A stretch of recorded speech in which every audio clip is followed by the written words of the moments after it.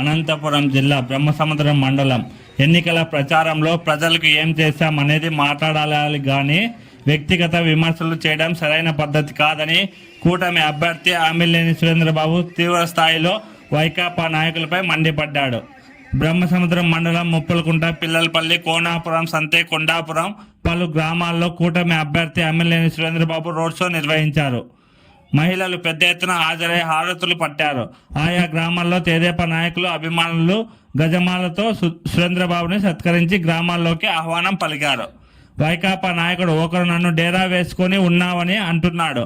ఆయన కూడా డేరా వేసుకొని ఉన్నాడని, అది తాత్కాలికంగా నేను ఉండడానికి, ప్రజలకు అనుకూలంగా ఉండడానికి ఏర్పాటు చేసుకున్నది అని కూటమి అభ్యర్థి ఆమిలేని సురేంద్రబాబు అన్నారు.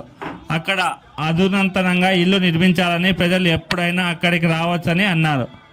వ్యక్తిగత విమర్శలు చేశారని విమర్శించారు. ఏదైనా ఎదుర్కొనే సత్తా తనకుందని, ఎన్నికల్లో తాను అత్యధిక మెజార్టీతో గెలుపొందుతానని ఆయన ధీమా వ్యక్తం చేశారు. అవమానిస్తే మనం దాని గురించి పదే పదే మాట్లాడితే అది మనకే అవమానం. ఎందుకంటే ఒక చేతకాన దద్దమ్మ, ఒక చేతకాన వెధవలు ఇలాంటి మాటలు మాట్లాడతారు.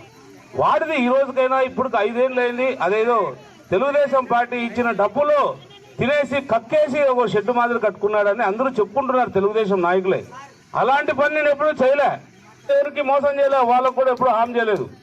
ఏదేమైనా కూడా ధైర్యంగా ఎదుర్కొనే సత్తా మాకుంది, ఎదుర్కొంటాం. ఇప్పుడు కూడా ఎదుర్కోబోతున్నాం. ఎన్నికల్లో గెలవబోతున్నాం. 50,000 మెజార్టీగా గెలవబోతున్నాం. కాబట్టి రేకుల షెడ్ ఇల్లుగా నేను భావిస్తాను. ఒప్పుకుంటారు కదా? ఒప్పుకుంటారు కదా? ఎవడైతే అది రేకుల షెడ్గా అనుకొని దాన్ని డేరా అంటున్నాడో వాడు కూడా ఆ పక్క రేకుల షెడ్ వేసుకొని వాడు కూడా అక్కడే ఉంటున్నాడు. వాడు కూడా డేరాగాడే కదా? వాడు కూడా డేరాగాడే కదా? కరెక్ట్ కదా? వాడు కూడా డేరాగాడే, వాడు కూడా మోసగాడే. కానీ నేను మోసగాడు కాదు.